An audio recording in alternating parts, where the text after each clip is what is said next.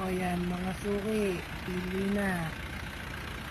So ito yung una nating item. Ito ay malagyan niya 1998 model. So ang makina niya ay C240. Okay makina niyan. So purong stainless nga pala to, no? Bali pati sahig. Yan, kung makikita nyo, pati yung dingding niya, no? Nakita nyo naman yung dingding niya, no? Full tab.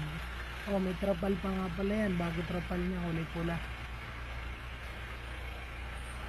Ikutan natin siya.